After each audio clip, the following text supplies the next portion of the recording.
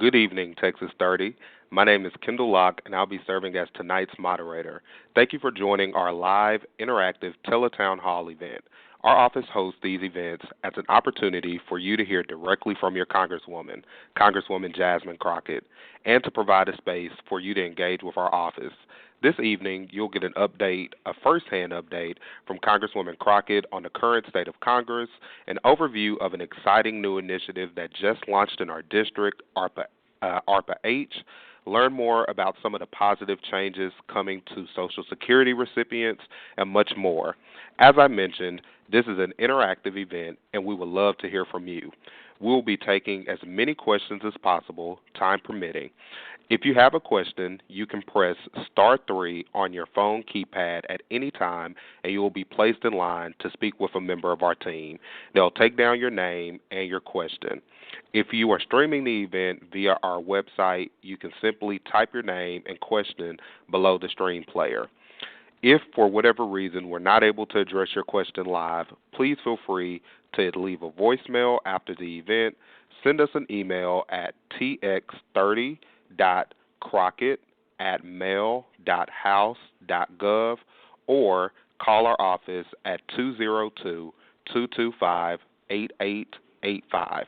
Again, if you have any questions throughout the event, please press star 3 on your phone keypad, or if you're viewing via our website, type them below the streaming player. Also, if you aren't already subscribed to our weekly newsletter, please press star 6 on your phone keypad to subscribe. I'm now turning it over to Congresswoman Jasmine Crockett. Well, good evening, Texas 30. I did not know if I was going to make it. I'm being honest with y'all. If you have been keeping up with the latest drama in the House, but just know I have not missed a vote. In all 10 months that I've been here, I have not missed a vote.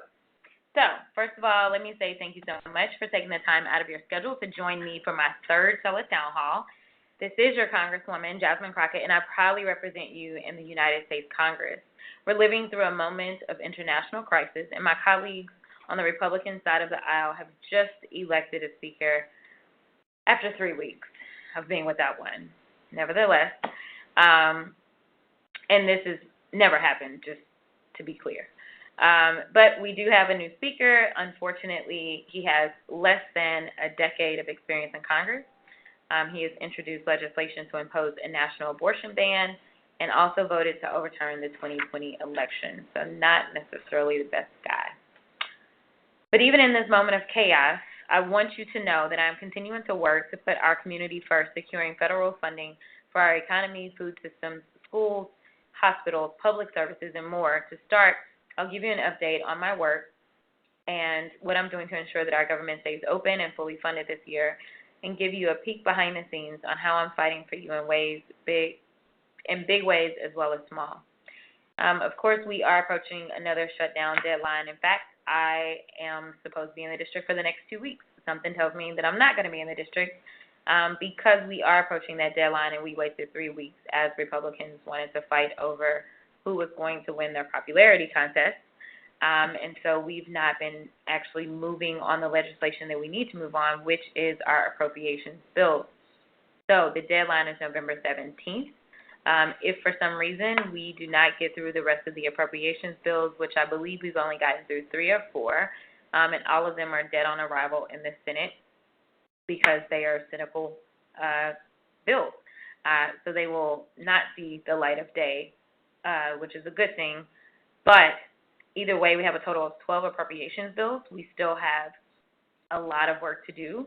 So the options are that we have another continuing resolution, which is what was done before, which essentially what a continuing resolution is we make sure that we keep funding levels at the same level that they were approved for in the last fiscal year, and we maintain that for a certain amount of days. So the question will be, will the new speaker, who did not actually vote to avert the shutdown, he actually voted to shut us down, if he will offer up another continuing resolution to give us more time, or if we will shut down because there is no physical way that we will actually get through all of the appropriations bills. And what does that mean in a shutdown? Essentially, what that means is that you may see a lot of services be minimized because we have certain people that are not considered essential, so they don't go into work at all. Then we have essential employees that have to go into work, and they are not paid. And for some people, that just doesn't quite work out very well for them, so some people take off sick. So we definitely see a disruption in things that we probably don't even think about. But if you have further questions about that, then we can talk about it later if you want to drop those questions.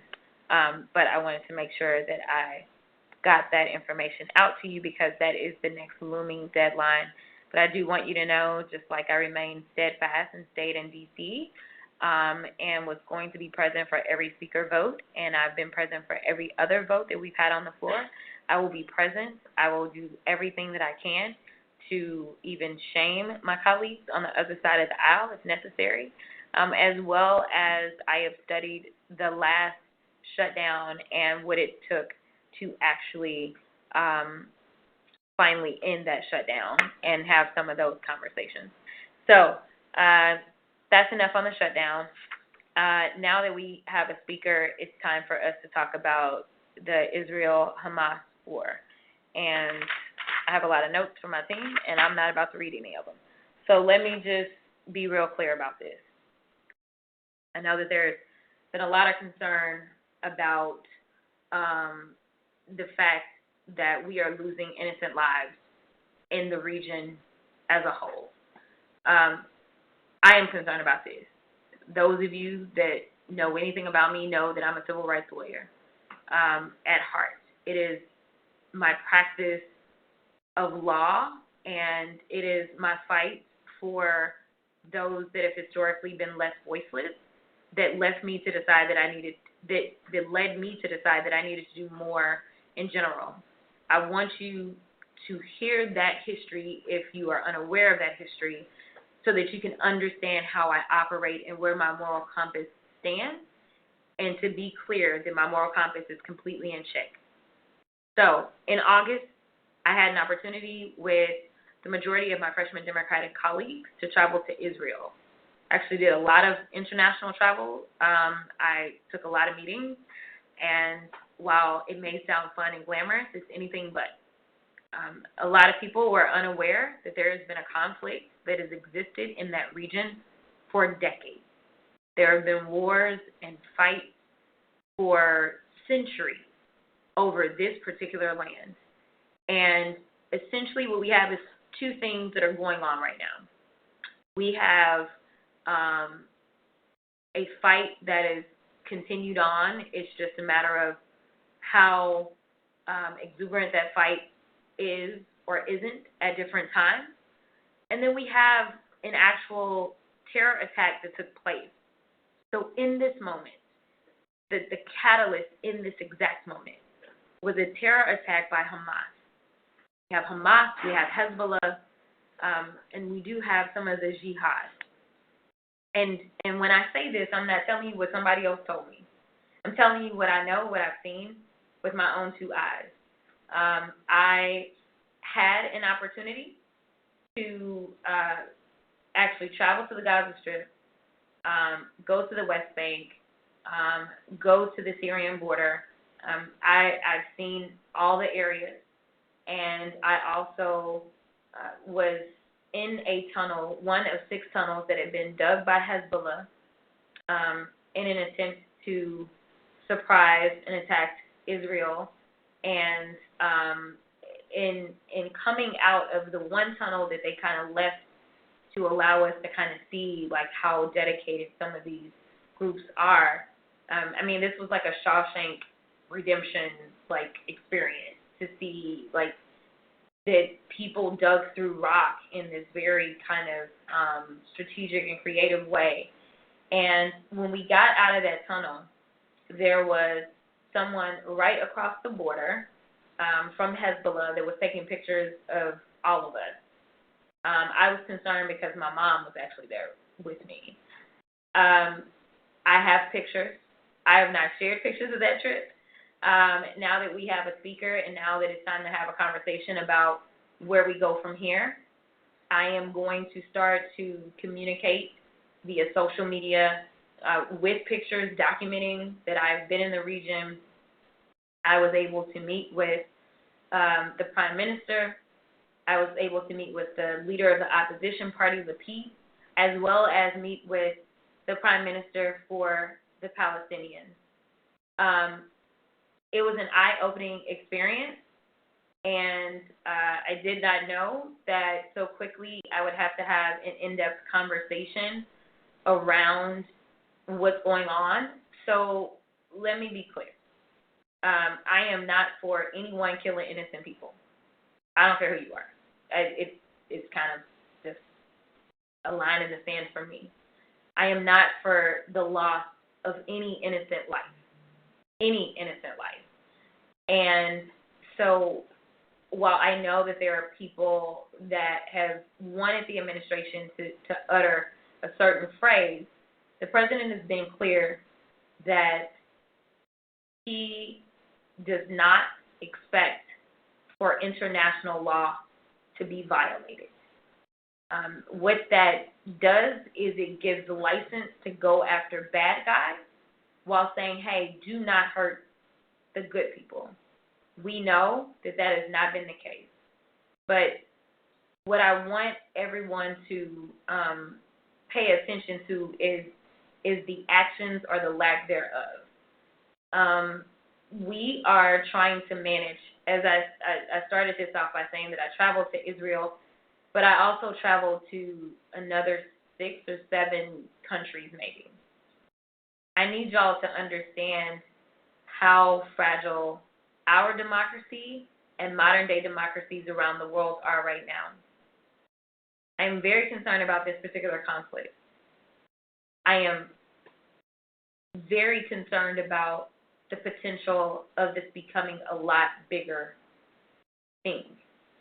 I think I saw a report as I was sitting on the floor that Iran has attacked 2 of our bases abroad. One in Iraq and one, I don't remember where the other one was in Syria. So I need y'all to just rock with me and trust me and know my moral compass and know that because I'm a sitting member of Congress, my activist heart is still everywhere that it's always been. But because if I say certain things or do certain other things, it may trigger other reactions from people that are not friends of ours that could cause us bigger problems than we're already experiencing. That may be why you don't hear me say certain things. But be clear that I am not for the taking of any innocent life, no matter who they are, period. And any aid package that goes through will include not only support for an ally, because we are obligated to support our allies, but also support for those innocents that have been under the thumb of Hamas that are Palestinians. So that's where I'm gonna leave that. We'll see if y'all are good or have more questions, but I hope you're reading what I'm putting down. Okay, so something else closer to home is Eugene Gates. Mr. Gates, if you don't know, if you didn't follow, I've continued to work to improve accountability around worker protections for postal workers after the death of a Dallas area postal worker, Mr. Gates. This month, the autopsy report on Mr. Gates' death confirmed that extreme heat did in fact contribute to his passing while working under dangerously high temperatures this summer. There has also been troubling reports published in the Texas Observer that call into question the effectiveness and validity of the Postal Service's current worker protection policies and reforms instituted after Mr. Gates' death. In response to those developments, I have sent a letter to Postmaster DeJoy calling for answers on the effectiveness of the Postal worker protection policies, as well as inquiring on the post office's ability to successfully oversee and comply with its own policies. I will not stop demanding accountability until we get comprehensive answers to these questions and concerns. It's the least that I can do to honor Mr. Gates and the work of all of our federal employees. As far as a legislative update, even with Congress being halted by Republican dysfunction, my office has been working hard to introduce and build support for legislation addressing the needs of the people I represent. No matter what side of the aisle you're on, every American needs good health care, affordable housing, healthy food, safe communities, and equal justice. I've been authoring bills and put those needs above partisan politics, securing the support of my colleagues from both sides of the aisle to push them through both the House and the Senate and onto the President's desk. At the end of July, I introduced the Democracy Restoration Act, which would end the federal disenfranchisement of Americans with prior felony convictions by allowing returning citizens to vote in national elections. Momentum is already building. Senator Ben Cardin of Maryland is championing the bill in the Senate, and it already has the support of 29 senators and 73 members of the House. We've also seen growing bipartisan support for the STRIP Act. I introduced earlier this year legislation that would protect access to fentanyl testing strips on the federal level and make it easier for local organizations to distribute these life-saving resources to people struggling with addiction. Our senior senator, John Cornyn, has joined Democratic senators from across the country to champion this bill in the Senate, moving this bill closer to full passage in the President's desk. From my role in the House on the House Agriculture Committee, I've also filed multiple bills to boost our food and fuel supply and lower your grocery costs. The SHOP Act, which I introduced in May, now has bipartisan support in the House and the Senate. Senators Cornyn of Texas and Lujan of New Mexico have signed on to my bill to make fresh and frozen produce more accessible for low-income families. In August, I introduced the Farm to Fuselage Act, bipartisan legislation that would make it easier for farmers to produce and sell sustainable aviation fuels and boost our renewable energy supply, cutting down on fossil fuels and lowering your price at the pump. I also introduced a resolution to commemorate August as National Black Business Month to not only celebrate the millions of black entrepreneurs, including thousands here in North Texas, who are a massive contributor to our economy, but also calling on Congress to address barriers in access to capital and market entry. Apart from legislation, I've been able to secure several large investments from the Environmental Protection Agency to our district to address the impacts of pollution on our communities. In September, my office was able to help procure a $800,000 brownfield grant from the EPA to St. Philip School and the Forest District to mitigate the impacts of past air and soil pollution on surrounding school grounds, businesses, and neighborhoods. And just this week, it was announced that an additional $652,000 is coming to the Forest District and surrounding areas for the planting of more trees and vegetation along roadways, a project that will improve air quality, increase shade, and lower temperatures. This is in addition to the $6.5 million grant announced by the Department of Transportation in June for completion of the 5 Mile Creek Trail. More trees, more shade, and cleaner air is coming our way. In the coming months, I'll be introducing more bills addressing the issues you, my constituents, care about most. Because when you speak, I listen. Be sure to sign up for my weekly newsletter at tx30.us/newsletter to be the first to hear about my new legislation.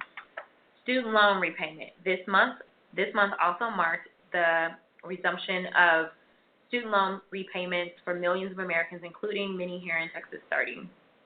Although the conservative majority on the Supreme Court blocked President Biden's executive order forgiving millions in student loan debt, the Biden administration has already forgiven billions in student debt for low-income borrowers. The Biden-Harris administration introduced new programs for borrowers this year that will cut down monthly payments, including interest payments for millions of borrowers.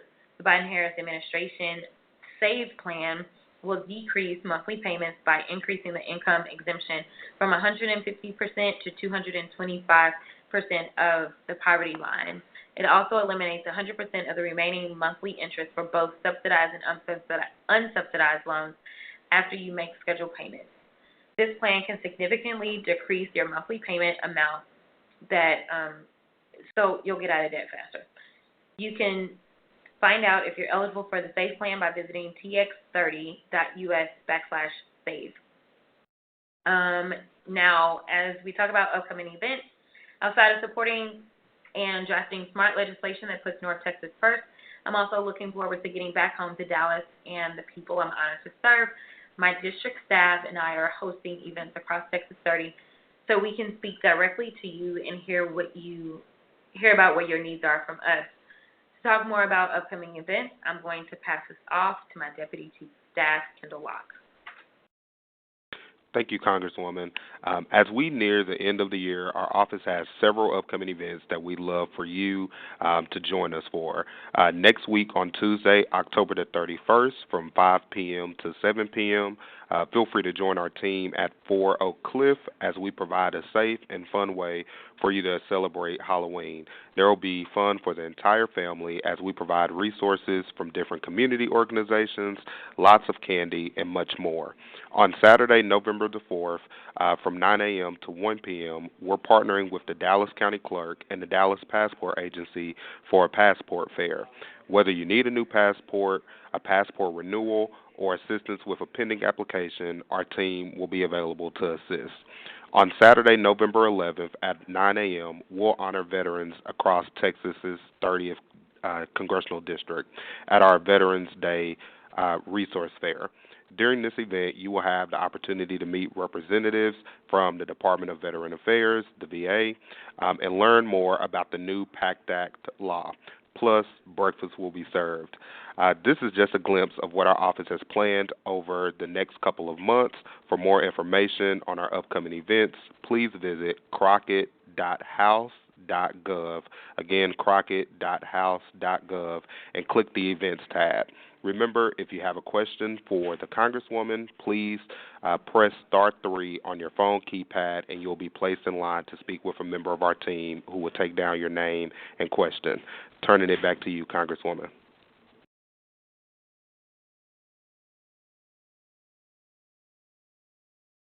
Okay. All right. Thank you so much, Kendall. Next, we are lucky to have two guest speakers today to talk about the issues disproportionately impacting Texas 30. Since I first arrived in Washington, I have been fighting to secure federal investments to improve health equity in North Texas.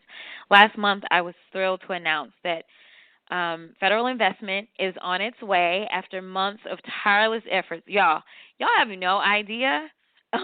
This is not the stuff that ever makes it to TikTok, and it definitely doesn't make it to Twitter either. But this is the real hard work. We worked super duper hard to secure this amazing opportunity for the district, and we actually worked hand in hand with Chairwoman Granger, who is next door to us, and a Republican. So we worked in a bipartisan way to get this done. But this was to secure an ARPA-H location to Texas 30. And I know you're thinking, what is ARPA-H? I don't know what you're talking about, lady. Listen, this means access to health care. This means access to research. This is a multi-billion-dollar investment, and it also means jobs. One of the things I am committed to doing is making sure that I can improve the economic opportunities in our district. When you improve the economic opportunities, you improve the educational opportunities, you improve the housing opportunities, you overall improve the life of my constituents, and that's what I'm trying to do. So ARPA-H it's going to be the headquarters that's going to serve to make sure that we have advanced research projects, which is what ARP, that's the ARP part of ARPA, and the A is agency, and the H stands for health. We have a regional customer experience hub. It's going to be located in Pegasus Park. This hub will bring together the nation's best doctors and researchers to work on new medical breakthroughs and treatments, providing greater access to cutting-edge medical facilities and top-quality care for the people of North Texas. I'm grateful to have Craig Gravitz, Director of Transition at ARPA-H, here to speak about the launch of this exciting new project. And mind y'all, I missed this because of the crazy speaker votes, but last week. They absolutely kicked off in an amazing way. And while I wasn't physically there, I was happy to at least virtually be there. Craig? Yeah, thank you so much. We definitely missed you, but we loved your videos. So thank you for that.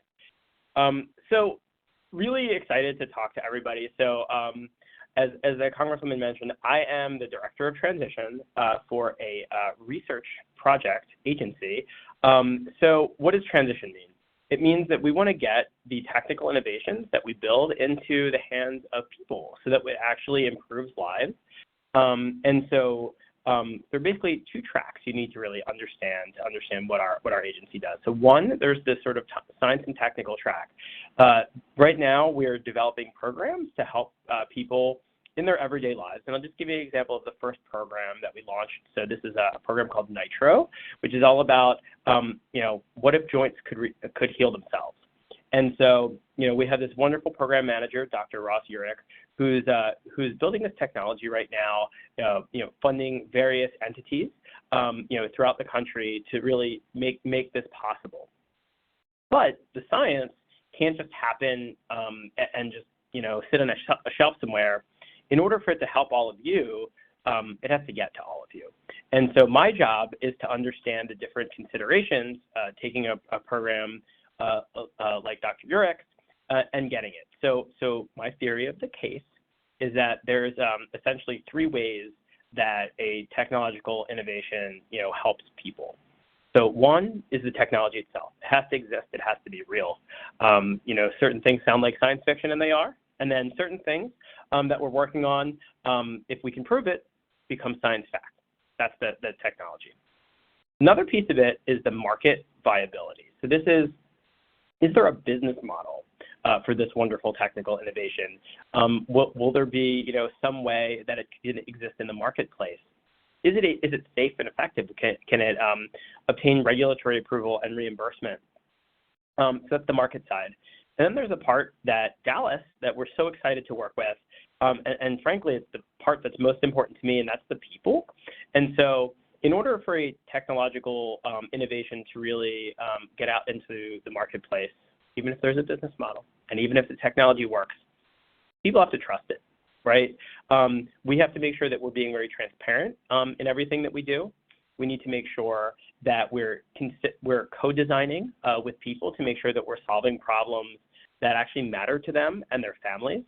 And we also have to make sure that these solutions are safe and affordable, and also accessible in all different regions. And so what Dallas will be doing for ARPA-H at our Customer Experience Hub is that last piece. I like to call it desirability. We want to make sure that all of the programs that we launch really solve for people, families like yours and mine. Make sure that as we go through, we're being transparent, trustworthy, we're making sure that we're solving good problems. We want to make sure that the cost is something that's obtainable for everyday people like you and me, and also that it gets into all different geographies to make sure that diverse populations have access to that, and it's not just for the well-to-do. We're very excited, very, very excited to be working hand in hand with Dallas and our Customer Experience Hub. And you'll be seeing opportunities for both new programs that we're launching to provide feedback. You'll be seeing opportunities to join events. As the Congresswoman mentioned, we'll be doing other sorts of activities there, like with staff and whatnot. And then the last thing I wanted to say, very excited about, we're right now beginning our first initiative under the Customer Experience Hub, which we announced at the launch last week, which is an effort to make clinical trials more reachable for people. It's called Advancing Clinical Trial Readiness. And the concept is to ensure that it's easy to both find a clinical trial, that it's easy for people to get to it. So 30 minutes from their home, they have to travel 6 hours. And really, make sure that the underlying populations that are part of the clinical trial really represent all Americans and not just a small, subset. It's really important that we're really, considering all people in all of the things that we do. So that's ARPA-H. That's what we'll be doing in Dallas, and really excited to be working with all of you and really think this is like a wonderful opportunity for our agency to be in touch with the American people. Thank you so much, Craig, and I'm so excited. And I know that there are so many other electeds. I brought up the congressional electeds because obviously this came out of congressional funding, but I don't do anything without having one of the best teams in the world as partners. And so I know that definitely Councilman Omar Narvaez was in the building physically. He's also been just an invaluable partner, along with actually everyone that I deal with on the city level that overlaps in the city of Dallas and my other cities. I love all of y'all. Y'all have been great. So thank you so much. Now, I want to address the changes to your Social Security checks. I know y'all want to talk about money. You may have heard that your benefits will be going up next year to adjust for the cost of inflation. And listen, I know y'all are about to say, that ain't enough money, that ain't adjusting for inflation. I know y'all, I know. So we just going to say that they're going up. I don't think anything is keeping up with inflation, okay? I want y'all to know that I recognize this, all right? So, but the checks are going up. Are they going up enough? Probably not, but they're going up. So I'd like to bring Corinne Totten in, who's going to join us from the Social Security Administration to talk about the cost of living adjustment and all things Social Security. Corinne? All right. Well, thank you so much. My name is Corinne Totten, and I am a public affairs specialist for the Dallas region. I do want to take just a quick second to thank Congressman Crockett for the invitation to share some of the latest Social Security news. So just like you heard, we have released the cost of living increase for 2024, and that is going to be 3.2%. Now, Social Security will be mailing out the cost of living increase notices to you a little bit closer to December. So if you haven't checked your My Social Security account recently, be sure that you check to make sure that your address is correct, because we don't want you missing that notice, so you have everything you need for your cost of living increase.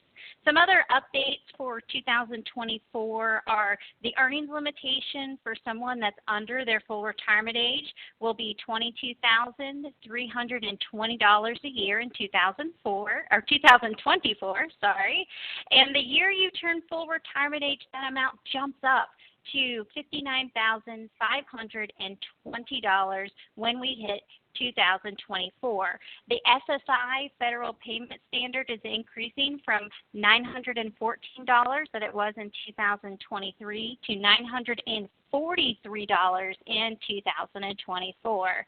And if you didn't get a chance to write down all those numbers, don't worry, because all the information that I am giving you is available on our website, and that's www.socialsecurity.gov, or if you want to shorten it to www.ssa.gov, both of those will get you there. Now, if you didn't know, our website has recently had a facelift, and if you haven't checked it out, please make sure that you do, because the enhancements were made with our customers in mind, and the website is now incredibly user-friendly. You can access our website on a computer, on a tablet, or a phone. You just pick the one that really works best for you. So speaking of websites, did you know that Social Security is on most of social media platforms? My absolute favorite is our YouTube channel. There are how-to videos on virtually everything Social Security, but a word of caution, be sure that you double check and make sure you're on Social Security's official channel. That will guarantee that you are receiving the most up-to-date information. And if you hit the subscribe button, you will be notified every single time that we have new material added. Now, at Social Security, we take protecting your personal information seriously. On our YouTube channel, you can view all of our Slam the Scam videos. And if you're like me, you like to be in the know. You want to know what recent scams attempts are out there so you can make sure that you spot them. So as part of our 2023 Slam the Scam initiative. Social Security warns the public there are government imposter scams that are going on. So if you receive a suspicious call, do not give out your information. You can always call your local field office or our toll-free number at 1-800-772-1213. Let me say that one more time. Toll-free number at 1-800-772-1213. And there you can verify the information that you were given. There are also some business impersonation scams out there. These scams really you can receive by phone. They're going out by text, email. Some of them are even hitting social media. The business impersonation scams look like a company you may know, but it's not really that company. You may receive a message saying that there's a problem with your Amazon account or that FedEx has a package that's waiting to be delivered, and all you need to do is call this number or click this link. By clicking that link, you could be downloading malware to the device that you're using. So make sure that you are not clicking the link. You don't want that kind of stuff on your phone, your computer, or your tablet. And generally, scammers demand a form of payment that are hard to trace, and those are like gift cards or cryptocurrency. And one of our latest scams that I do want to mention is the scams that say that there's a problem or a prize. They say that you owe the government money or that you won the lottery or a sweepstakes that you don't even really remember entering, and the scammer wants you to pay them money so that you can receive your prize or you can fix the problem. Scammers may even threaten to arrest you, to sue you, to take away your license or suspend your social security number, which isn't even a thing. They really go to any and all links to get your information. So if you receive one of these calls, texts, emails, or a scammer connects with you via social media, please make sure that you're reporting this scam immediately. You can do that on Social Security's website. We have a link on there that says report fraud, or you can actually email the information directly to the Federal Trade Commission, and that email address is reportfraud@ftc.gov. I want to say that one more time. It's report fraud, all one word, at FTC, Federal Trade Commission.gov. So if you're writing it down, make sure that you guys are doing that. If not, you can check our website and we'll make sure that we get the fraud report to where it needs to go. So one last thing before my time wraps up. If you haven't signed up for a My SSA account, I want to encourage you to take advantage of all the amazing things your My SSA account offers you. If you need to update your address so that you get that notice, or your phone number, you can do that in the comfort of your own home at any time of the day by logging into your My SSA account. Need to order a replacement Social Security card? Yep, you can do that with your My Social Security account. Want to update your bank information? You guessed it. You can do that on your My Social Security account. Having your benefit check direct deposited is a secure way to receive your check. But what if you don't have a bank account? Well, Social Security has partnered with Comerica Bank and offers a prepaid debit card called Direct Express.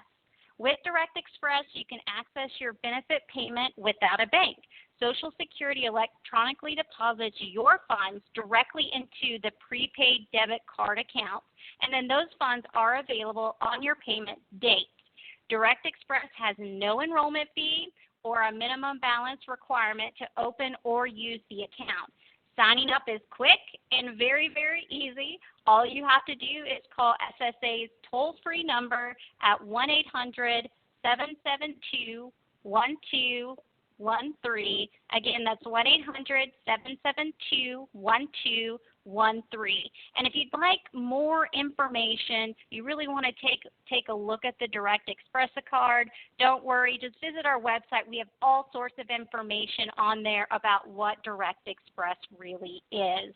Again, Thank you so much, Congresswoman, for allowing me to give our SSA updates and bringing me on the call.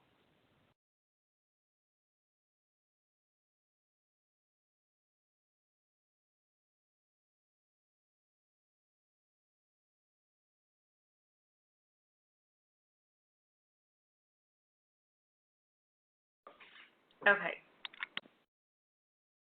Thank you so much for that update. That was a lot of information. So if y'all didn't catch it all, just make sure y'all call Social Security because I know you want your coins. So with that, I think Kendall is going to come back really quickly just to review the instructions for questions, and then I will start to answer them for y'all before we get to wrapping up. Thank you, Congresswoman.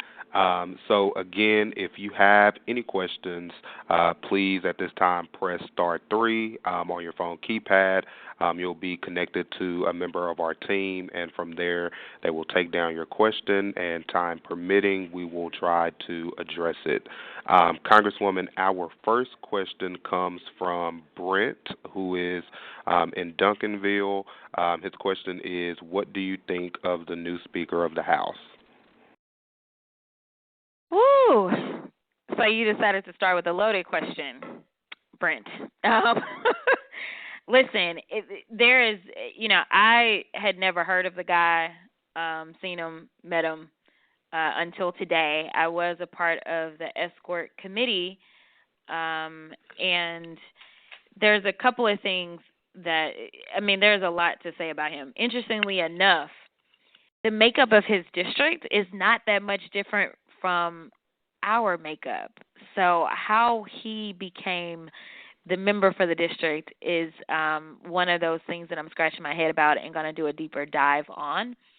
He has approximately 33% of his district is African American, and the median income for his district is about $40,000, and his district is approximately 60% urban. He does not fit this district, in my opinion. When I opened up, I gave some thoughts about him, but to add to that, there were two things that were really crazy that he's said openly. One of those things is during a congressional hearing, he said that if women were compelled to bring more able-bodied workers into the world, Republicans would not need to slash Social Security and Medicare.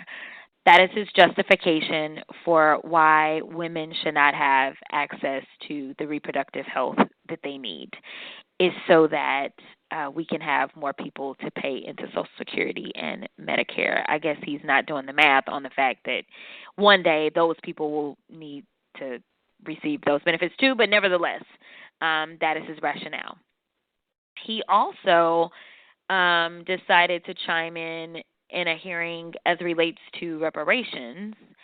And if I had to summarize, he basically said, my wife and I adopted a black child, so we essentially know about black things. No one has been able to find a picture of this black child that he adopted because he don't use the pictures of the black child in any of his campaign stuff at all. So we've not seen a picture, so we don't know if this adopted black child actually exists. But he says that he has a black son by the name of Michael, and he said that he asked his son about reparations, and basically his son said that we don't need them, and it had something to do with being justified because of some words of Martin Luther King. You know how certain people decide to twist what people like Martin Luther King said, and basically take the fact that, you got to fight for what you need at all times, regardless. And so now, I don't know. Anyway, that's him on repro. That's him on black folk. And his voting record is pretty concerning. As I mentioned, he voted for a shutdown. We will see if he does anything to avert a shutdown, but I'm not the most confident, even though there are conversations around the fact that he is open to and willing to do a continuing resolution to keep the government open. So those are my first few thoughts. We'll see what happens. We're just going to pray for the best at this point. Kendall, next question. Okay, our next question comes from Miss Kimberly, who is in Lancaster. She says she has a special needs son who recently graduated from high school. How can you help her get her son's Social Security check? Yeah, so this is what Constituent Services does. So if you want to call our district office, or if you want to stop into our district office, or if you want to visit our website, you can submit for a case online, and it will be added to the queue, and then one of our most able-bodied caseworkers will get with you, and any documentation that they may need to gather, they will gather that from you and basically help in the form of like a liaison to make sure. But congratulations on graduation. Graduations are about the students a little bit, and more so about the parents.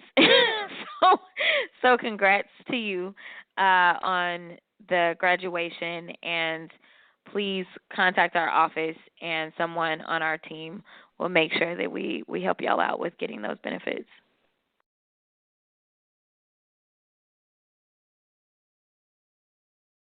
Perfect. Our next question, and I believe that this will be our last question, but it comes from Miss Nancy, who lives in Duncanville.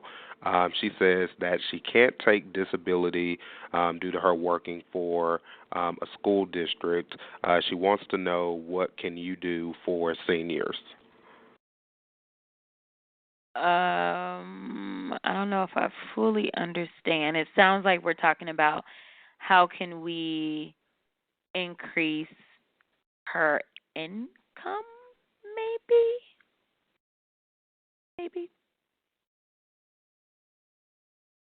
I'm guessing. So I will tell you that we've had legislation that has come across our desk as it relates to the formula that is being used, so that I'm assuming you're working part-time of some sort, and we're talking about the caps on the money that you're able to take, as well as being able to potentially get disability pay. I'm lost. I'm guessing. So, the only thing that I can tell you is that every piece of legislation, whether we're talking about those folks that have retired and are trying to maximize their retirement benefits, disability benefits, Social Security benefits, what we are trying to do is make sure that they are starting to adjust with the cost of living in general, so that you can do both, right? Because it's not enough. One of the checks is not kind of meeting the current needs with the cost of food, the cost of housing, the cost of fuel, things like that. So I can just tell you that we are continually advocating to make sure that we get legislation that begins to comport with the cost of living that we are dealing with currently. And Congresswoman, that was our last question, so I am going to turn it back to you for final remarks. Yes. So thank you so much again. I know that it has been probably stressful for y'all. I do appreciate the kind notes that you send. I get them when you send them in the mail. I get them when you send emails. I even get your DMs on social media. I appreciate the encouragement, because it is very difficult to be so far away from home and not know what all information you're getting, how much you understand about why I'm unable to be there, especially over the last 3 weeks, where I basically was stuck on call. A vote could be called within 15 minutes or not.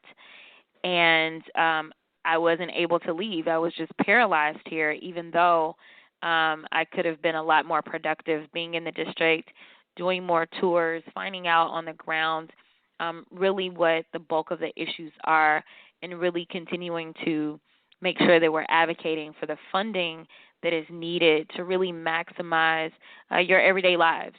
So, it is so helpful to me when I am on the ground, when I get to talk to you, as well as when I get to talk to the businesses in the district, really trying to come up with these out-of-box ideas on how we can create more job opportunities. And we're talking about good-paying job opportunities.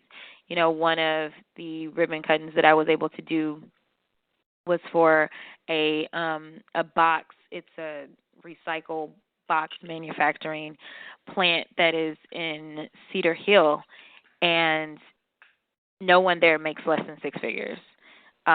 This is the kind of stuff that I want to see brought to my district over and over and over. These are the types of opportunities that I want to continue to advocate for. And while I'm saying that no job pays less than six figures at that particular location, we're also talking about not being required to have some graduate degree. In fact, no degree at all is required for some of these entry-level jobs that are paying really good. So these are the things that I want to be doing. But theoretically, when y'all elected me to show up and vote. And so I have been stuck. And while I was looking forward to being home over the next 2 weeks, it looks like I'm going to be stuck. But I am excited to have at least a couple of opportunities to sneak home for a day or two on a couple of weekends to participate in some events and hopefully see many of you out. I do want you to know that every day I wake up humbled and thankful to be your advocate in D.C., and I appreciate all feedback that you have to give. I truly believe that the power belongs to the people, and you are the people, and this is your seat. And so I thank you for trusting me with taking the seat in this time and in this moment. But anything that you need, we're here for you, whether you're visiting D.C. or whether you need something closer to home. So if you need to get in touch with our D.C. office, our telephone number is 202-255-8885. We can arrange for tours, whether that's of the White House, whether it's a Capitol tour, whether you want to get into the Library of Congress. We can help you out with those things. The African American Museum, we can help you out with those things. For our Dallas office, for any of you that have casework questions, whether it's questions like the one that we just talked about with its Social Security, whether it's disability, whether it's veterans issues, Medicaid, Medicare, we are here to help you out with those. IRS. You can call our Dallas office at 214-922-8885. We also have an email that you can email for all inquiries. It's Texas, or it's TX, sorry, not Texas, tx30.crockett@mail.house.gov. Additionally, feel free to visit our website. We've got lots of resources there. It's crockett.house.gov. That's where you can find all the contact information I just mentioned above, learn more about my stance on different issues, stay up to date with upcoming events, and much more. Again, I am so honored and thankful to serve you every single day in these amazing halls of Congress that I hope and pray will get back on track sooner rather than later. And, I look forward to seeing y'all soon. And this is number 3 in the books. We will have one more before the year is over. So God bless and good night.